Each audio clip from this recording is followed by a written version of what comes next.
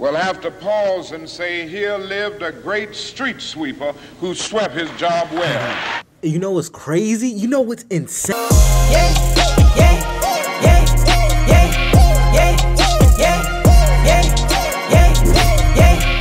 You know, Martin Luther King Day, everybody always plays the I Have a Dream speech. I'm sure you've heard it a million times. But remember that what King was calling for, he was calling for us to live out the meaning of our creeds. In other words, saying our creed is a good one. We have to live it out, and saying to judge people by the content of their characters, not by the color of skin. What leftist does that now? What leftist does that? And the one thing they're always bringing out is they're bringing out the fact that he had socialist leanings, that in private, he would talk about the fact that he was probably a socialist. Now, this to me is like saying that George Washington owned slaves, okay? Socialism is bad. It is unfair. It's stealing people's money. It's taking away your time, which is... How do you even define socialism? And that's not, it's not a rebuttal from what he's saying. Like, genuinely, how do you define socialism? And this is something that I've noticed too, with the leftist side, because that's what you call it. It's like they don't want you to define you by the color of your skin, but it's like they unintentionally do so. When they say, oh, you should think this way, or oh, you should vote this way. That's literally defining me by the color of my skin. What is my skin color or how I look define your how life, I vote? and saying that more powerful people than you have a right to decide what to do with it. But in that day, that was back in the 60s, right? There was still some reason to believe that socialism could work out. We still didn't know everything we later found out about the Soviet Union. He was against communism, and the reason he was against communism was because of its this is quoting from him, its materialistic interpretation of history that denied religion and its ethical relativism and its political totalitarianism. In other words, he didn't like its leftism. Okay. He didn't like its leftism. I think he was wrong about socialism, but we all have our flaws. But listen to a speech that he made to a junior high school, telling the kids there, who were largely black. And something I did, I went out and searched for this video because I'm honestly just tired of being lied to. It is not like somebody's coming to me and directly lying to my face. It's more so like information that you should know. It's just sometimes just left out of the discussion. And I'm tired of information that you know, that everyone just knows, being left out of the discussion for years. So I looked up speeches that MLK's done. I'm tired of of course, the I Have a Dream speech. That's the only speech I know of him. One of the greatest African-American speakers of all time, I know one speech. So I was like, okay, let me look up some other speeches he's done, and look what I found.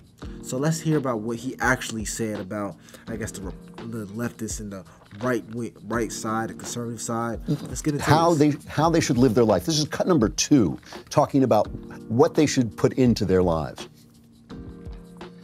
Do that job so well that the living, the dead, or the unborn couldn't do it any better.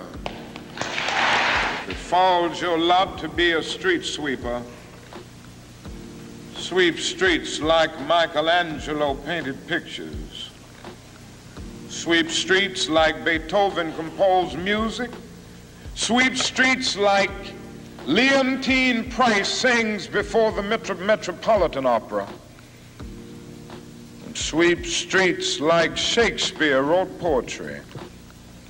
Sweep streets so well that all the host of heaven and earth will have to pause and say, here lived a great street sweeper who swept his job well. You know what's crazy? You know what's insane?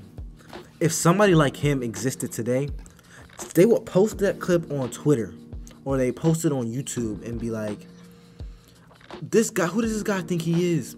I'm not sweeping those streets. I got too much money to sweep streets. I got too much money to do that. Why? I'm too good to do that. I have a college degree.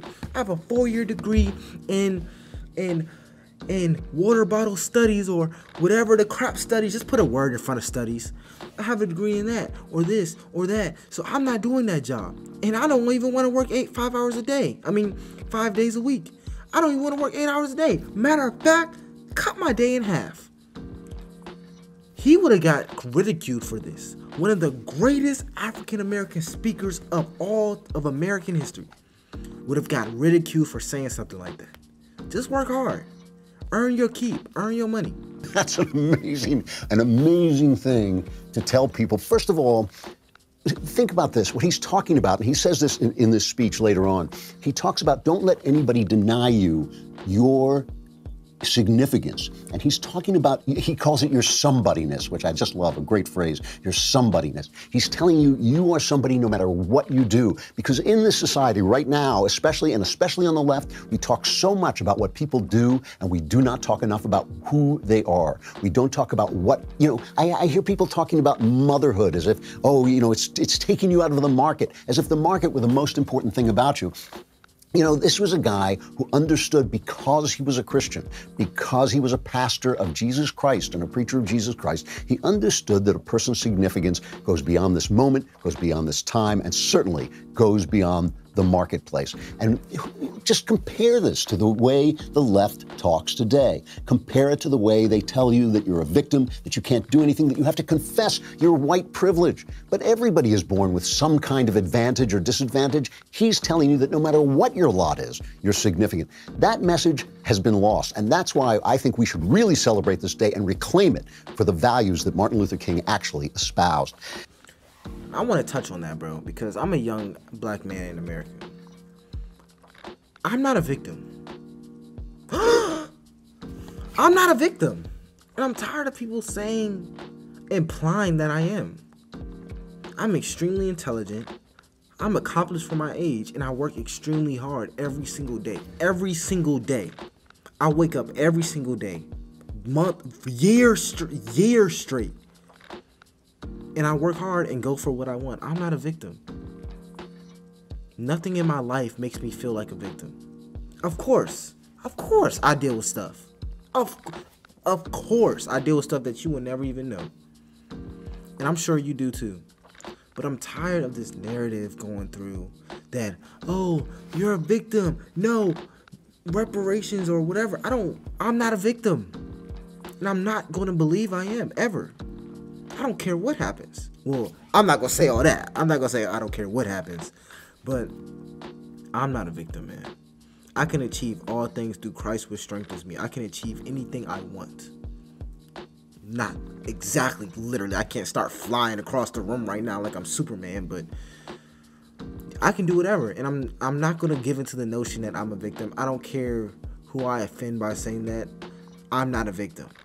If you have a problem with what I said, let me know in the comments. Let me know why you think I'm. You want to see what the part of the left that triumphed in the interim between Martin Luther King's day and our day? Let's go back to Bernie Sanders, all right? This is Bernie Sanders giving a speech back in those days about the revolution in Cuba that brought them under the tyrannical rule of communism, and how he hated both the Republicans and the Democrats, because in those days, both the Republicans and the Democrats were against communism. And, I sometimes just want to come in one day and just play JFK speeches, because if he doesn't sound like a Republican, nobody does. This is the left. This is the left that has taken over the Democrat Party since Martin Luther King's day. Listen to what Bernie Sanders says. I was very excited and impressed by the Cuban Revolution. And there was Kennedy and Nixon talking about which particular method they should use about destroying the revolution. And I remember the irony, as we learned the history later on, Kennedy was saying that Nixon was too soft on communism. Let me pick up a point that Rick was making. In Cuba, we should deal firmly with Fidel Castro. And Nixon was playing the role of, hey, you got to be patient. You can't do these things. You got to negotiate. Well, of course, what he was upset about is that secretly they were planning the Bay of Pigs invasion right then. But for security reasons, he couldn't come out and say, we're already planning the destruction of the Cuban Revolution. Don't worry about it. So he was the liberal, and Kennedy was playing the conservative. And actually, when you read novels, people say there's a sick feeling in your stomach. Usually I'm sufficiently unemotional not to be sick, but I actually got up in the room and almost left to puke.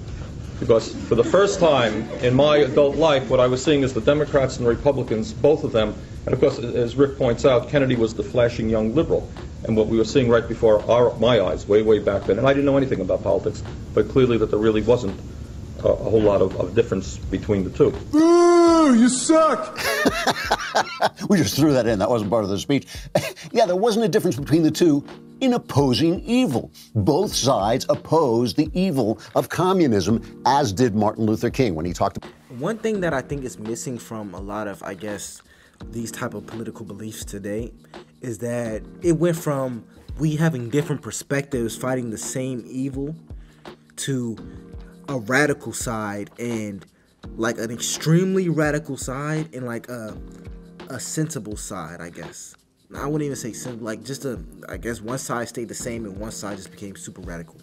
The problem with that is society makes sense if it's two different sides who both want to fight the same issue, but they just have different takes on fighting the issue. Because then you're not really arguing your moral standpoint. You're kind of arguing, okay, what's the best approach to solving our problems? But now it's like you gotta kind of fight your moral, your ethical, your just day-to-day values on how life should be. And that shouldn't be the case. Like, I think it would make sense of like, okay, I think this way we should do this to solve the issue of, let's say, racism. And you're like, no, I think this way we should do this to solve the issue of racism. Now we're not even talking about each other. I'm not going to talk about you as a human. I'm going to talk about your ideals. What do you think? Does that make sense compared to my ideas? Now it's like you're attacking me. Now I've got to attack you. It's just not right, bro. It's not right, man. Society is... About socialism, he was talking about the unfairness in capitalism. I've said before that capitalism doesn't cover everything. We need a capitalism basically governed by Christian principles. You cannot have capitalism on its own because people are wicked. They're broken and sinful, and they will do things to each other they shouldn't do. No system covers everything. We have to be dedicated to doing right. We just have to be. However, Martin Luther King opposed communism. That's the side that Bernie Sanders is now one of the front runners in the Democrat presidential race. That's the side that took over the Democrat Party. Before you go. That's interesting, man. Shout out to the Daily Wire for supplying this video. If you have any more suggestions for me, comment them down below. I will see y'all in the next one.